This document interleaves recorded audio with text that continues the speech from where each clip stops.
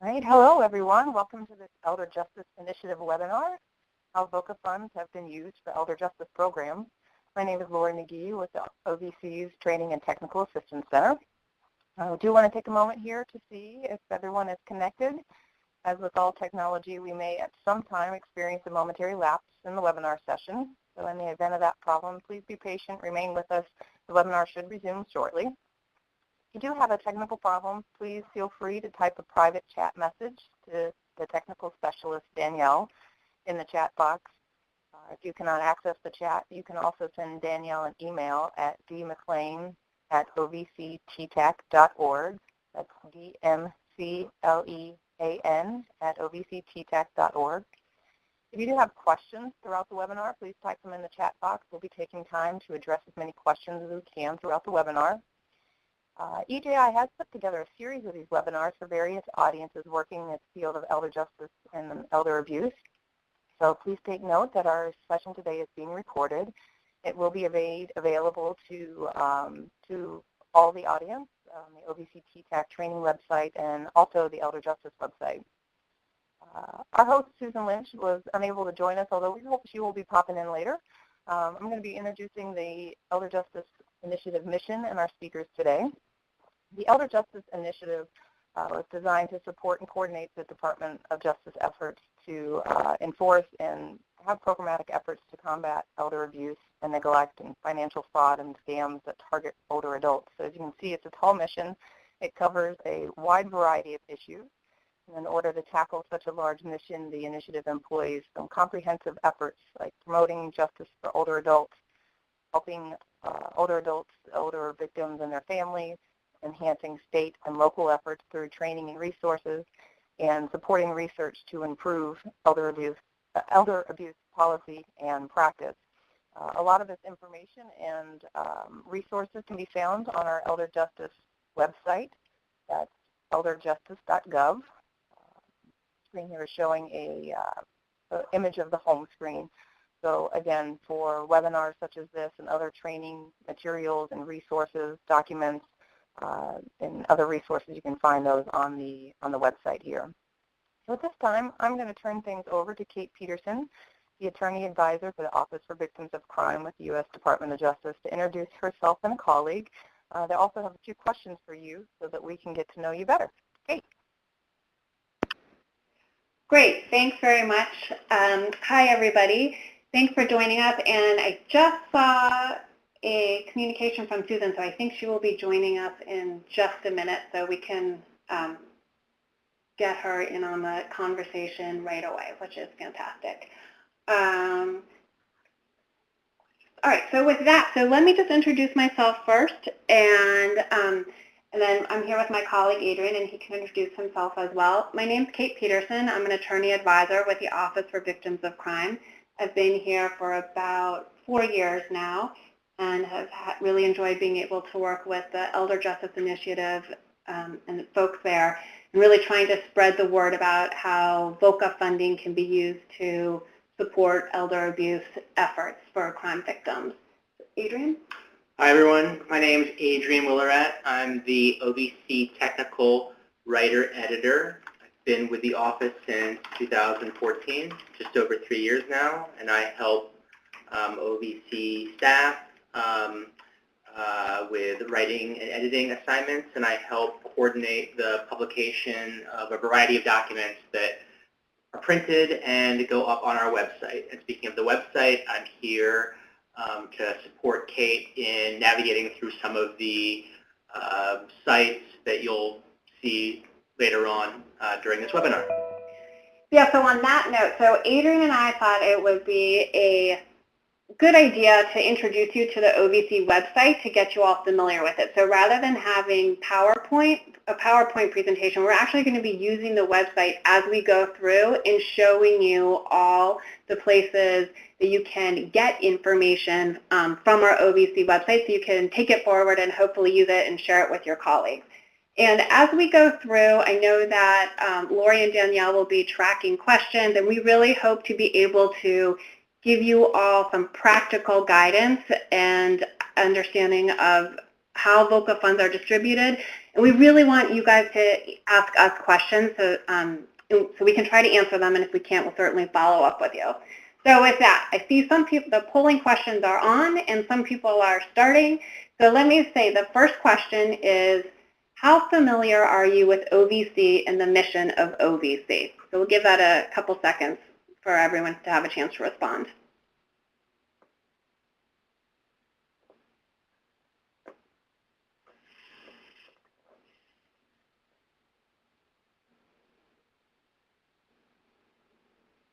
Okay.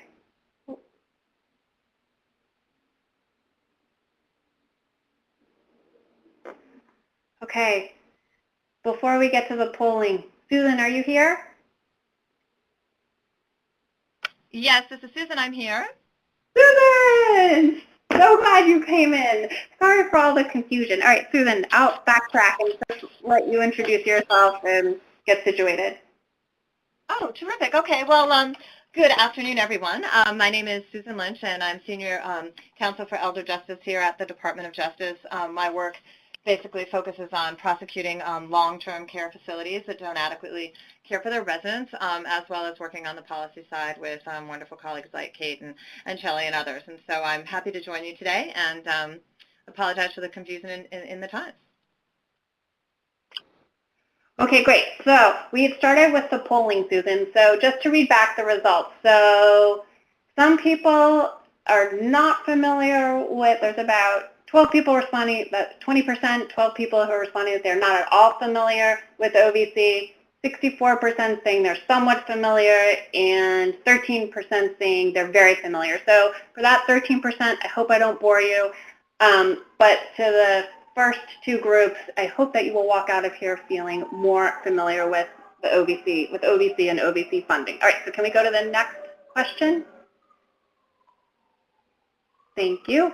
So are you receiving funding, and when we say you, we mean your organization, not you individually. Is your organization receiving funding from OVC either directly or through your state?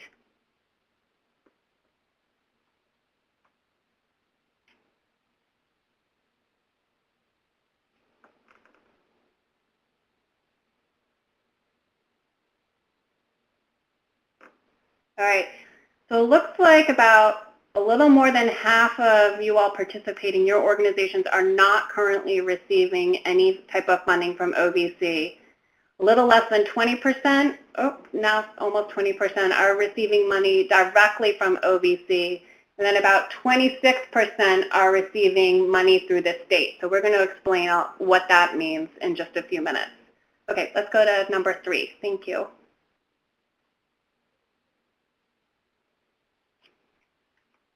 Okay, for those of you who are familiar with what a VOCA administering agency is, how many of you had contact with your VOCA Victim Assistance Administrator?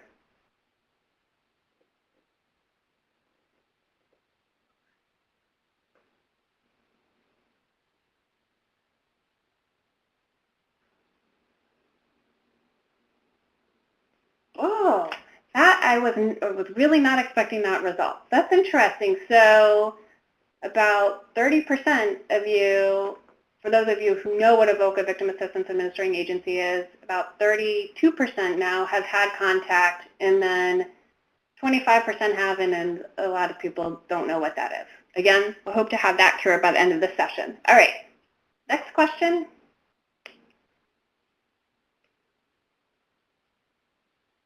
Okay, and then how many of you had no idea what we were just talking about?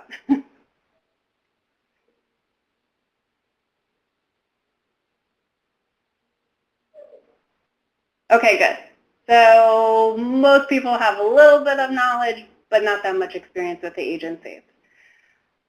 Okay, and the last question, please.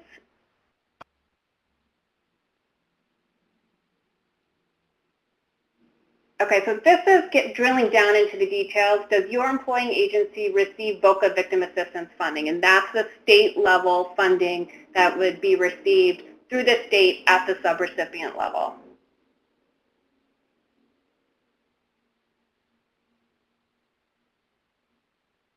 Interesting. All right, so about 43% of you all do, a little bit. Okay. All right, well, thank you very much. That was very helpful, giving us good context for who's out there and what we should be accomplishing in today's conversation. Sorry.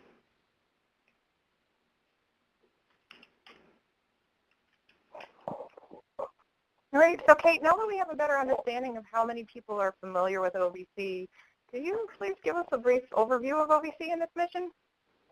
Sure, we would be happy to do that. So Adrian, just pop in if I miss anything here. Okay, so OVC is the Office for Victims of Crime, and what we do here is administer the Crime Victims Fund, which is a large fund that is made up of fines and penalties contributed to by defendants in different kinds of cases. There are actually no taxpayer dollars that go into the Crime Victims Fund. And at this point, as of the end of June, there was about $15.4 billion in the Crime Victims Fund. And what Congress does every year is authorize the Office for Victims of Crime to spend a certain part of that money on crime victims related services.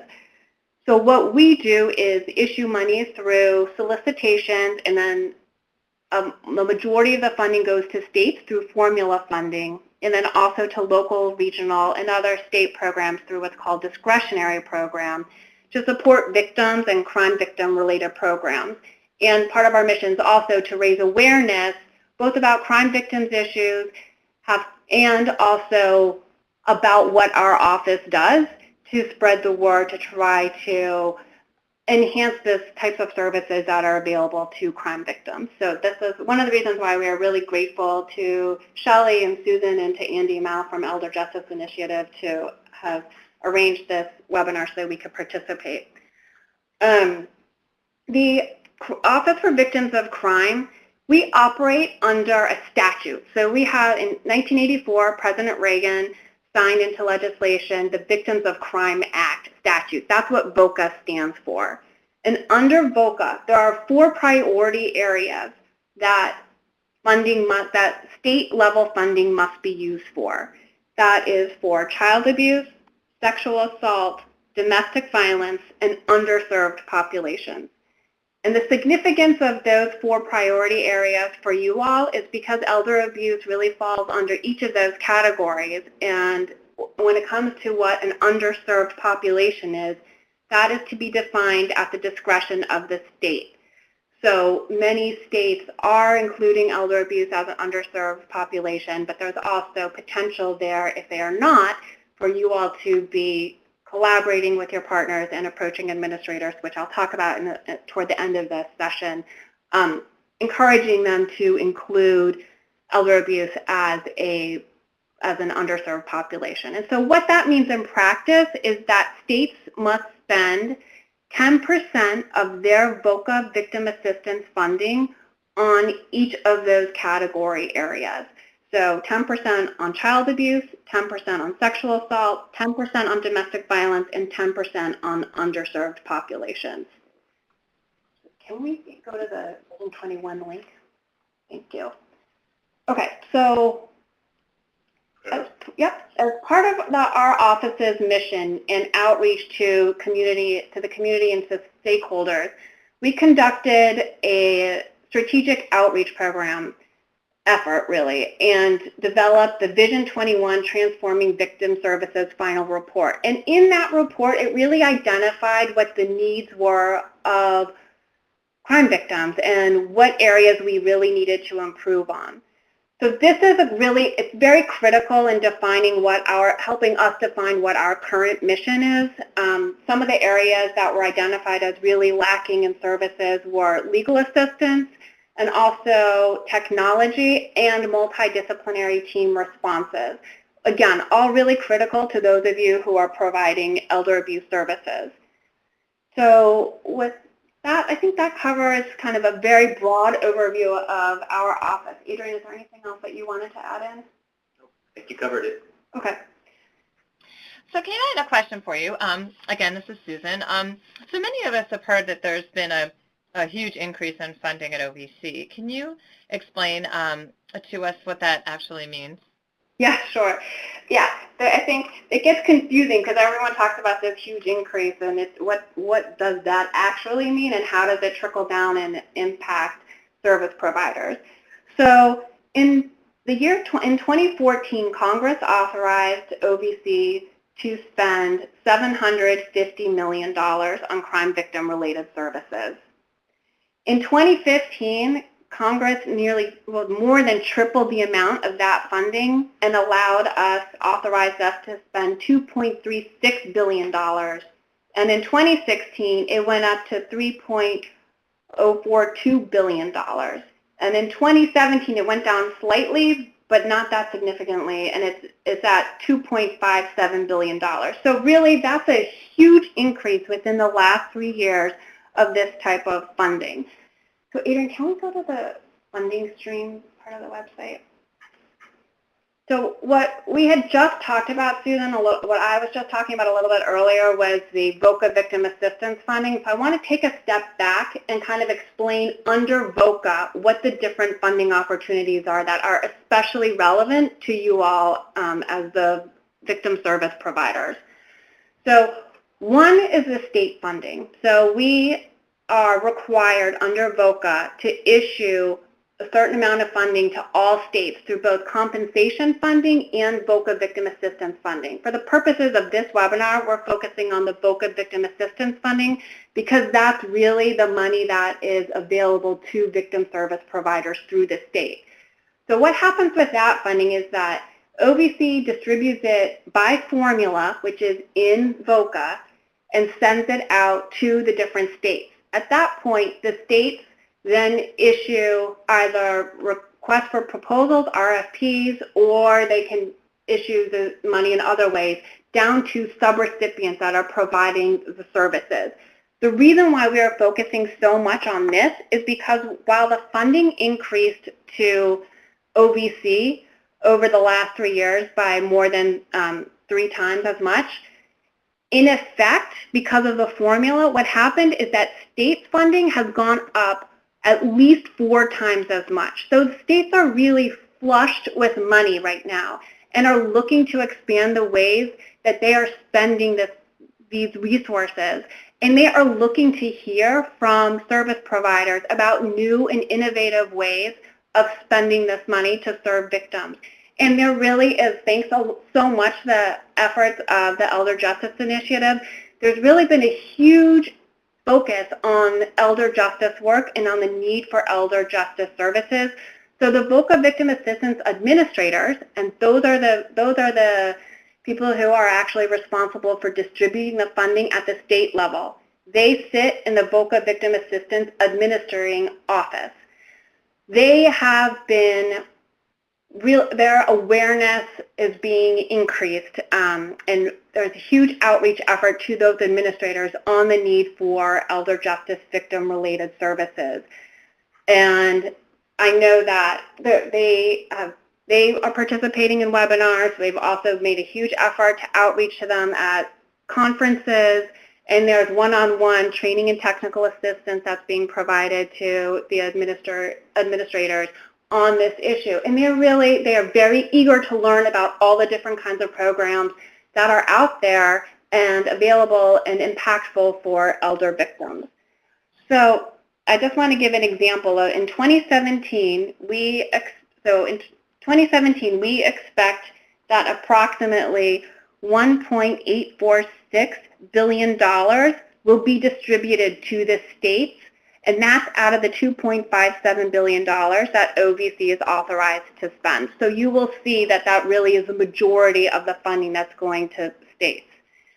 In addition, sorry, did somebody have a question? No. Okay, so in addition to the state level funding, OVC also issues what's called discretionary funding. So we issue solicitations on certain type of programs. And some of that, so for example, in 2017, there was the Elder Justice Innovative solicitation that went out. And in years past, we've also issued similar type of solicitation. So, and we also did, with Elder Justice Initiative, issued, actually, let me correct myself. That 2017 solicitation was in conjunction with the Elder Justice Initiative, and similarly in 2015 or 2016, we also launched the Elder Justice AmeriCorps project, which was providing legal assistance providers at different legal organizations or victim service related organizations. So I'm telling you all this to just help clarify that there are really two main funding streams at OVC that are available for you all to apply for. One comes directly from the Office of Victims of Crime. That's the discretionary funding, and those solicitations are usually released in the spring of the fiscal year.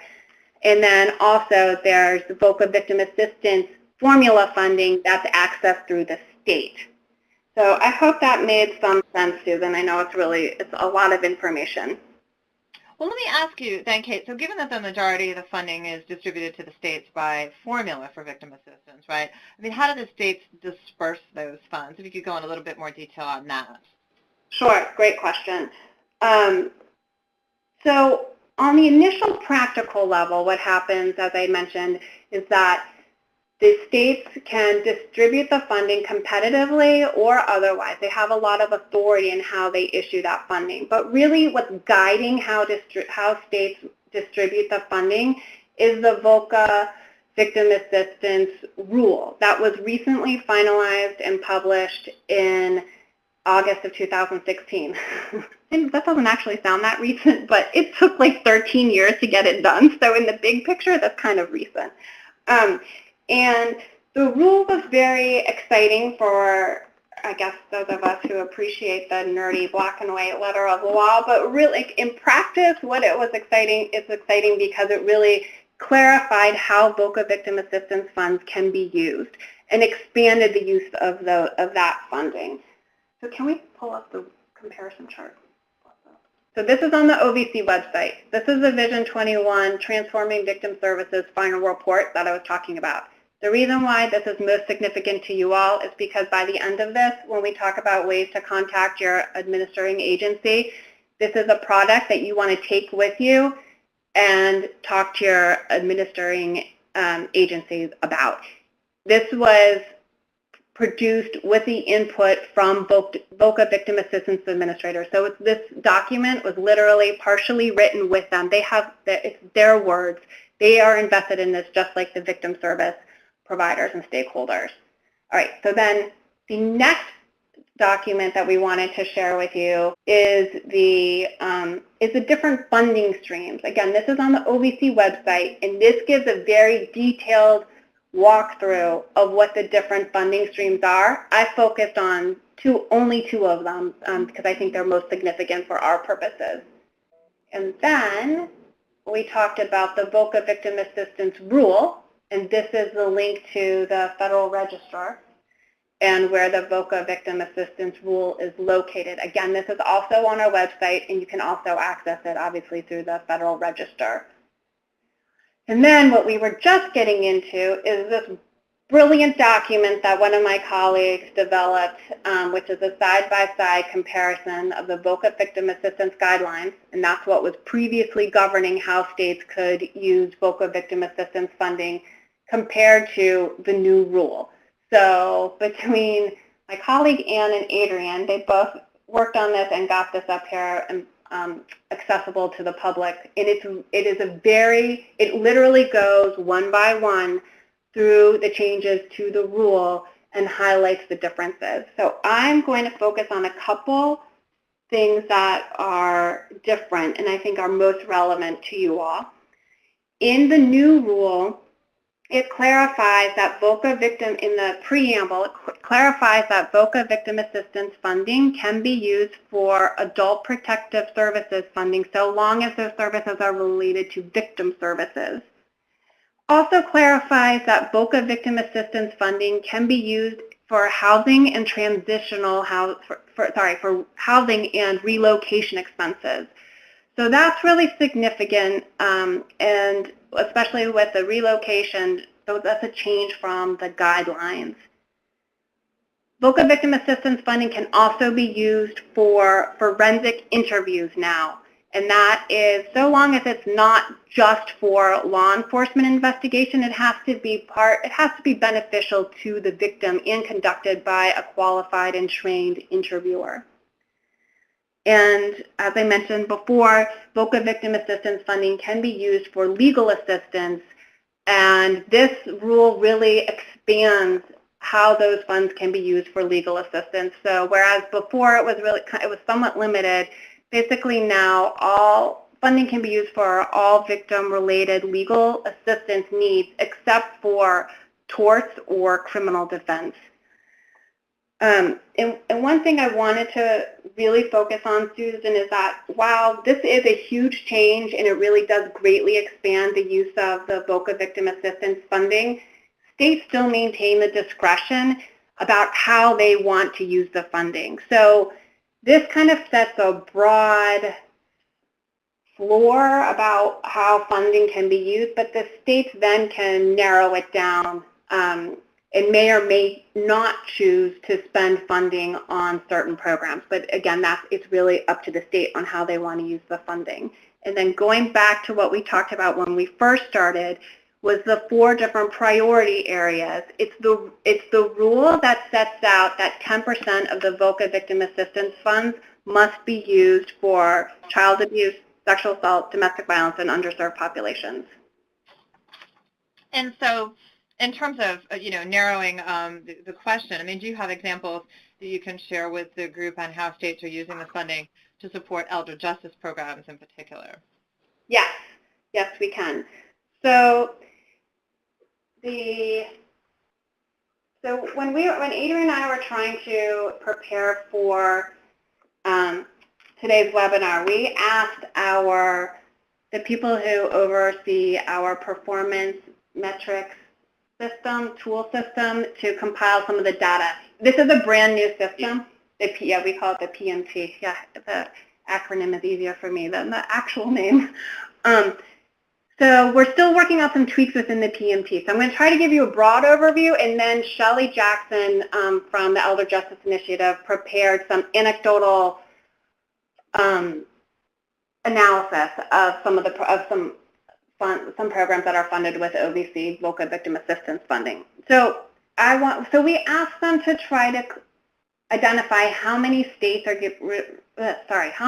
supporting adult protective service programs. And I don't know whether this is entirely accurate number or not, but what they pulled up was a total of 8 organizations. And I know for sure based on those results that it looks like Alabama, Ohio, and Wisconsin are definitely supporting adult protective services. We also asked about elder abuse and legal assistance. And according to that result, and they broadened the category to include legal advice or interview advocacy. So it was elder abuse and either legal assistance, legal advice, or interview advocacy, and almost 3,000 organizations are receiving VOCA Victim Assistance Funding at the subrecipient level. So some examples of that type of funding are in Maryland. Maryland Legal Aid has a lawyer and a paralegal that's providing free legal services to victims of elder abuse in partnership with a social services provider there. Also, Pennsylvania the Senior Law Center is receiving VOCA Victim Assistance Funding to provide civil legal services and also support elder victims. In addition, Oregon, Colorado, and California also have other legal assistance or legal-related programs that are being supported through VOCA Victim Assistance Funding. In addition, we asked our PMT guys to pull data on multidisciplinary services and response teams, and they were not able to collect that data. I don't think that we have narrowed down the search words correctly. However, Shelley had a couple examples of states that are funding multidisciplinary teams, and that includes California, which is supporting 14 elder abuse multidisciplinary teams throughout the state.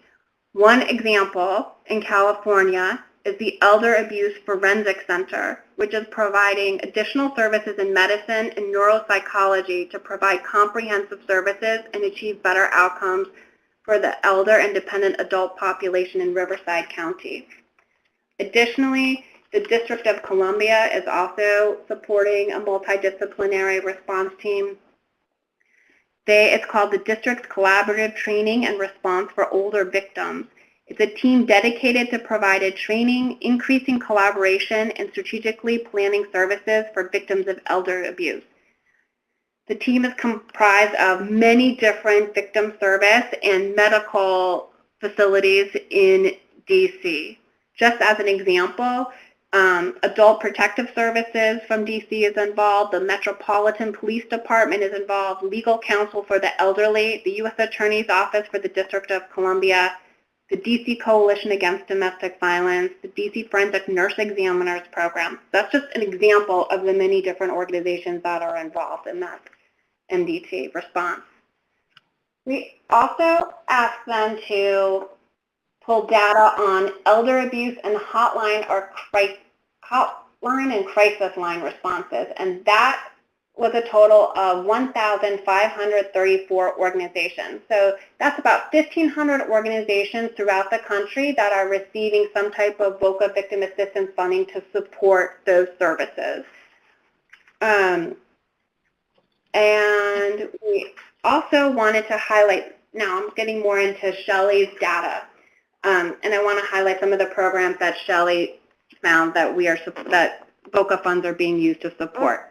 So in Kentucky, there's ElderServe, which is a crime victim services program that assists older adults in Jefferson County who are victims of crime, including but not limited to crimes of financial exploitation, abuse, sexual abuse, domestic violence, robbery, burglary, and caregiver neglect. In Texas, the Senior Justice Assessment Center is receiving funding, and they are serving the complex and unique needs of senior victims of abuse, neglect, and/or exploitation through a multidisciplinary response team. And in Oregon, this is a legal type of program. Oregon Elder Safe is helping victims age 65 and older after a crime is reported to the police and continues to help them through the criminal justice system. So I imagine what they're doing is providing some legal services, but also doing a tremendous amount of advocacy with navigating the criminal justice process. And then in Maine, there's an organization, Martha's Cottage, which is providing transitional housing and supportive services that help older victims escape abusive situations and find long-term safety and peace.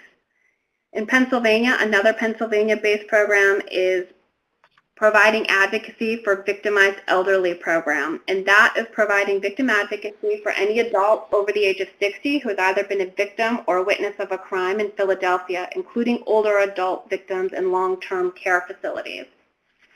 In Alabama, there's another program called the Elderly and Disabled Adult Victim Services Project, which is providing short-term services to APS victims of abuse. So yeah, that one looks like it did successfully get noted in our PMT tool. Anyway, so they are providing services to victims of abuse, neglect, or exploitation for short-term in-home sitter or homemaker services, as well as for short-term placement in an assisted living, nursing home, or foster care. And so and there's one other program too that I wanted to highlight, because I think that sometimes the rule can be read very literally, but it is intended to be read expansively. So I know of one program that is using VOCA victim assistance funding to support the removal of bed bugs, because that for elder victims of crime, because that's a huge need. And so they're able to support that type of program. So Susan, I hope that helps a little bit. Oh, no, definitely. And then the question I have now is one that I think many folks listening probably are thinking, which is, how do service providers actually access some of this funding? How do they get that funding to do the good work that they, want to do? Okay, so a couple tips on that. So right now you are seeing, Adrian just pulled up the map. that outlines where the VOCA Victim Administering Agency is in each state and how you can contact your VOCA Victim Assistance Administrator. So certainly that's great contact information. My strong, strong recommendation, and I think that all of the VOCA Victim Assistance Administrators with whom I have worked and Shelley has worked, they all report back that the most effective way of approaching them is through collaboration. It is not through one-on-one calling them up and saying, we're doing this, can you issue an RFP to fund this activity? It is much more effective if you all come together and say, we have this idea in mind and we would like it to be funded, and look at all of these different organizations that are working together collaboratively, and we can provide all of these different kinds of services to support elder victims. Is this something you consider? If your state's not already doing it, I really highly encourage you all to work together and just hound the administrators until you get your in-person meeting. Calls, emails, written documents, and I know Elder Justice Initiative has compiled some sample communication, some sample letters that you can use to get in touch with administrators. It's really about that collaborative effort. And one example is in Michigan that there were legal assistance providers in Michigan who had come together and were able to, under Michigan's general request for proposals, propose a legal assistance program that started off with just domestic violence and then expanded to include elder abuse. Then after that, they saw how much of a need there was for elder abuse victim services, legal assistance services specifically. So Michigan, the next year, funded an entirely separate project specifically for legal assistance for elder abuse victims in Michigan. And that was really a result of the network of advocates and legal assistance providers. So those are my tips for getting in touch with the VOCA Victim Assistance Administrator and funding. And I guess another question I would ask is, have you seen particularly successful strategies or really barriers to moving forward on getting the funding that you could share with folks? I think the most successful strategy is that collaboration, and then it's also identifying the need. So a lot of administering agencies right now are conducting needs assessment in the field, and they are doing outreach to try to identify where the gaps are in services, both at the state level and at the local and regional level. So if you are not aware of those kind of strategic outreach efforts by your state VOCA Victim Assistance Administrator and the needs assessment, talk to other victim service providers and find out what's happening, or try to get in touch with your VOCA Victim Assistance Administrator and find out if they are doing that kind of outreach, so you make sure that your voice is heard during that needs assessment and those outreach activities. Okay, thank you, Kate. That was actually really helpful. So we're starting to get a bunch of activity on the question panel with questions for you. So I thought if there's anything else you'd like to add before we move on to everybody's very interested questions. Is there anything else you wanted to share? No, thanks. Questions are great. That was a lot of great. talking. Okay. Terrific. Okay, terrific. Well, so we have one question where the person is asking, does there need to be and also, we just wanted to follow up too. There's something similar on OVC's website that Adrian's going to speak to. Thanks, Kate. Susan's description just now reminded me that OVC has a similar function on our website. It's called the Crime Victim Services Directory. It's located on our site, very accessible. And like the Elder Justice website, it allows a victim or a potential victim or a loved one of a victim to type in his or her zip code and then be directed to the appropriate service providers that are very close to where one lives. So it's a complementary resource that OVC has, but it's very broad and it's not limited just to elder to elder justice, but victims of a potential elder abuse can certainly access the OVC Directory as well. Exactly, and I think the real benefit of something like this is, if you have a family member, that is a victim either of an elder abuse or financial exploitation or any other, victim in any other way, it's not only good for the person in the location, but also, like I say, if you have a family member in California that you're caring for and you want to find out about resources there, sometimes you really feel, at a loss to be in touch with and tight with the resources in another community clear across the country. So I think both the OVC and the Elder Justice Initiative website give you the entree into communities you may need to be able to access. So Kate, bunches of questions are coming in, so I'll read you the next one. This questioner says that you mentioned that states defined underserved populations in quotes. And this person asked, do we just ask the administrator how they've defined this term if this term does not include elder abuse? Do you have tips for getting elder abuse included? That's a great question. I'm not sure. Okay, so we just recently did an analysis, an assessment of what each state is posting about how they are interpreting the VOCA Victim Assistance Rule. So my first suggestion would be to look on your state's website to see if they have defined what an underserved population is.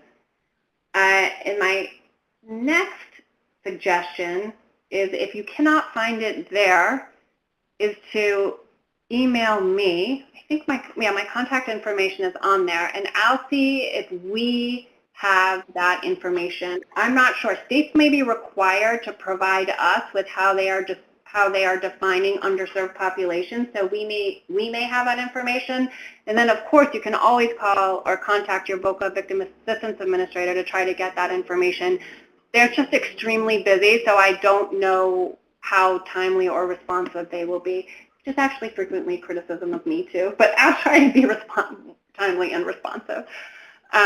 And so in terms of tips about getting elder abuse included, I would really rely on the language in the Vision 21 report and language that the Elder Justice Initiative has put together. That website is a wealth of information, just as Susan was saying, and the arguments are there about why elder victims are an underserved population. Exactly, yes. There is a little bit of information, too, that members of the audience want to share with others, so I'll go ahead and read that out. So Kenneth Steinman says and invites anyone from Ohio that he's directing the needs assessment for VOCA from Ohio, and hopefully everybody can see his email address. Brenda Walters also shares that in West Virginia, all residents are mandatory reporters of child and elder abuse, and that Brenda's agency will be doing a training on mandated reporting for interagencies and the public. So that's a little bit more information that we're sharing amongst ourselves here today. So I wanted to get that out there. Oh, that's great. Okay, so I just, send out another request for any questions. I know this has been a lot of information. So while we continue to talk, if others have questions, please do send them along. I'm very lucky to have Kate sharing this knowledge and information with us. We want to take advantage of her expertise while we have it for a few more moments. So Kate, I guess, one other question that sort of comes from the geographic breadth of where the questions are coming from this afternoon is, are you seeing any sort of trends, or do you have any advice based on, where folks may be applying or where they may be in terms of, strategies or barriers that they may be seeing in one place versus another? Or? That's an interesting question. I know that many states are really contemplating right now, literally this month, on how to either start new elder abuse services for victims in their state, start funding those programs in their state, or enhancing those programs. I have not heard of any particular barriers on this. I know that there, but if we could try to, I wonder if we can kind of collect some of that information through our PMT and see if there are any trends about states that are experiencing, or subrecipients that are experiencing any kind of challenges, particular challenges based on geography or other issues. We can try. Okay. I don't know if that's possible. Okay. So we have another question about the use of money. This one going to prosecutors, et cetera. So this question is, can any of this money be used to create or support designated elder abuse prosecutors or prosecutors for elder abuse and financial exploitation, specifically in financial cases? And this person indicates that there are no or very few designated and trained prosecutors on these issues in this jurisdiction. And Kate, after you answer, I'm going to share a little bit of what the Elder Justice Initiative is doing in this very space. So I'll let you go ahead. Well, actually, why don't you start, because I think your answer is more positive than mine. So you go. Oh, okay. Okay. Well, I'll try to be uber positive here to bounce that. So we are very proud at the Elder Justice Initiative of the work that we're doing in terms of training prosecutors on elder abuse and financial exploitation. And that's happening in a number of different venues. And one is, for those who may not be aware on this call, the department in March of 2016 launched 10 elder justice task forces across the country. And the purpose of these task forces is basically threefold. One is to prosecute elder neglect and essentially grossly substandard care in nursing facilities across the country. So for those facilities that receive Medicare and Medicaid funding, if their quality of care is grossly substandard, then we prosecute them under the False Claims Act. The second is training. So these 10 task forces within their districts, and this is their federal district, are one of their charges and missions is to train others, both federal, state, and local prosecutors and investigators to handle these types of cases. This training has, we're very excited that this training has expanded not only to federal and state prosecutors, but also to first responders and to law enforcement, and I'll talk about that in a moment.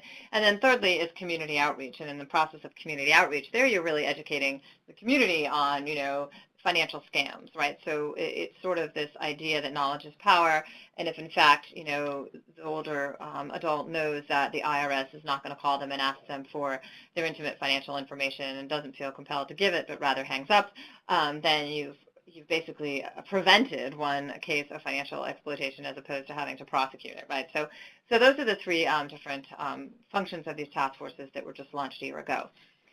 Bigger than that, of course, is a project that Andy Mao and Shelley Jackson and others on our team are working on, which is essentially training law enforcement, which is, I think, part of the question here, on how to how to investigate and move forward on elder abuse cases.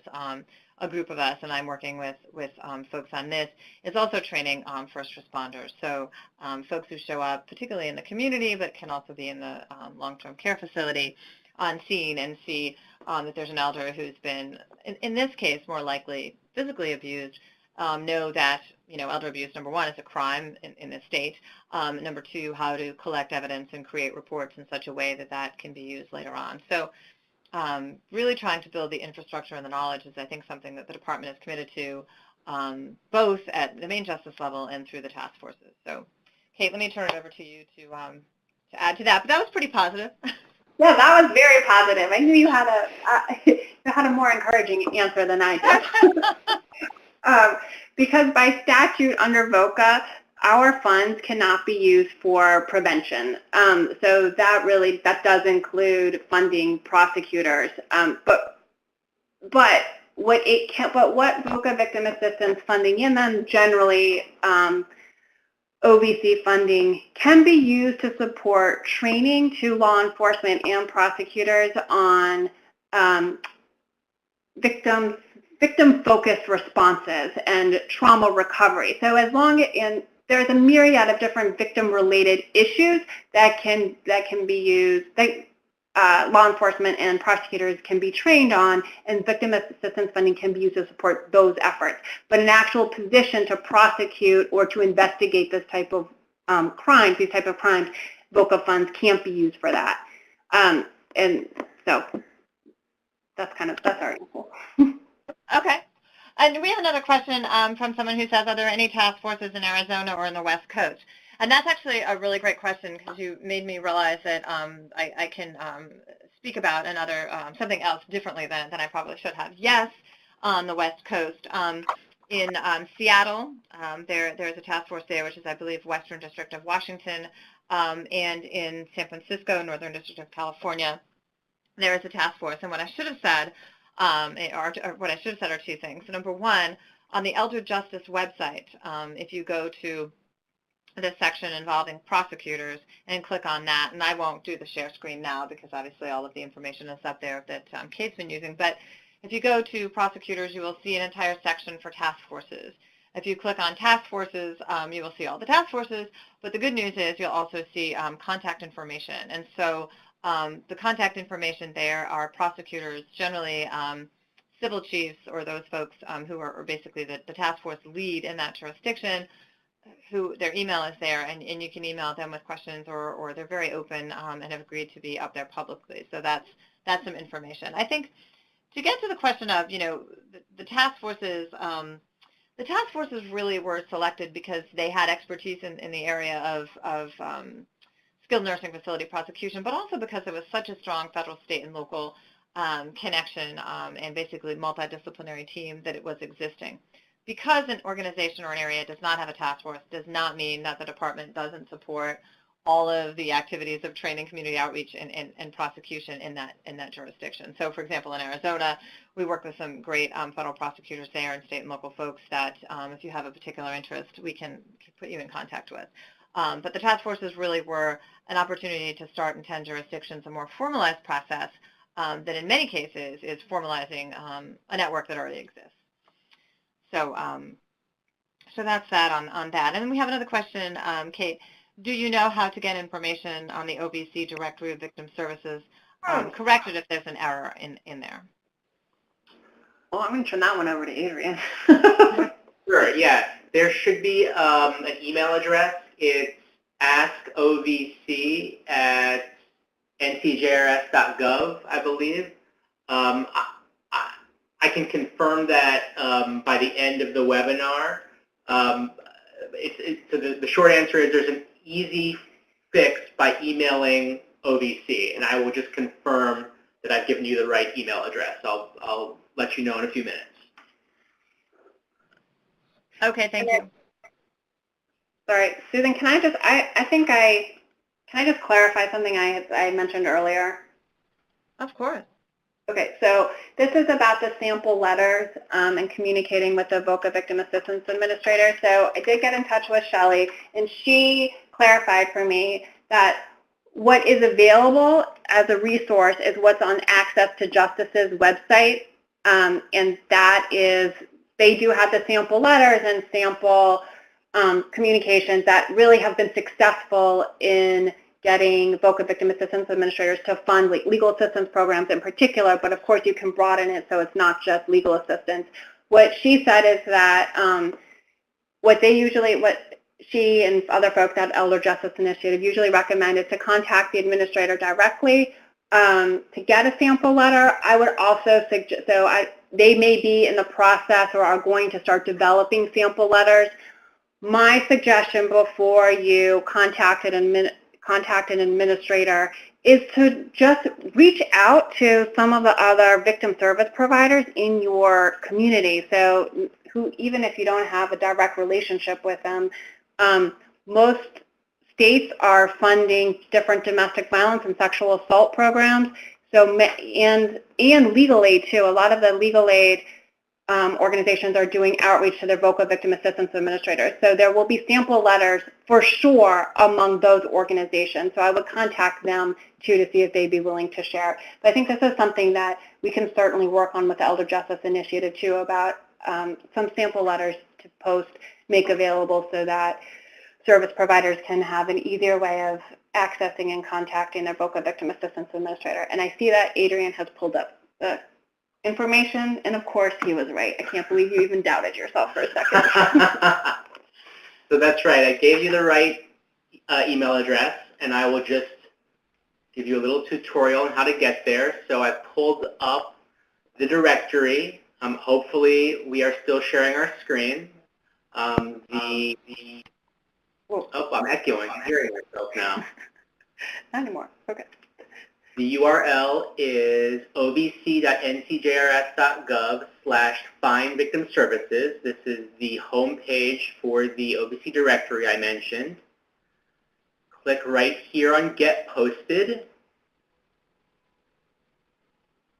Scroll down to the very bottom where it says if you have questions about content monitoring, contact the database administrator. That's us, my colleagues. Click Adrian, on. can you just, sorry to interrupt, can you just click on the share screen button again? Oh, okay. Thank you.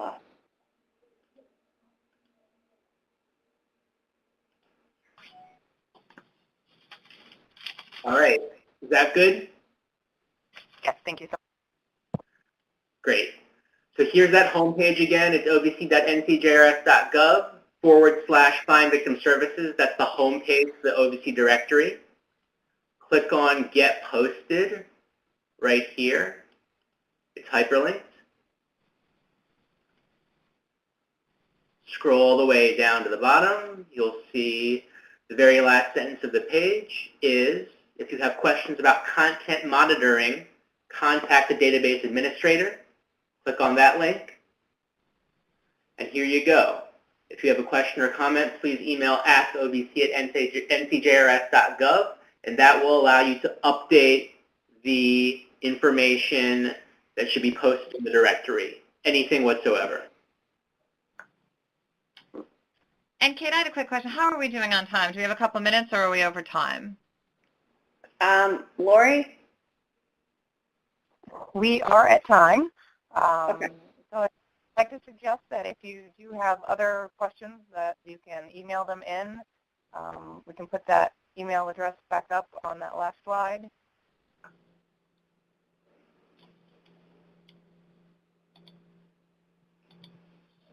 elder.justice@usdoj.gov if you do have additional questions or suggestions. And then thank you to Kate and Adrian and Susan for joining us. Great presentation. I'll leave it to you for any final words. No, thanks so much. We really appreciate this chance to talk to you all. Yes, thank you. And this is just the beginning of a discussion, so to the extent that there's more information that you need, you have the email address and a wealth of information on the websites that we've shared with you. Thank you for your time today.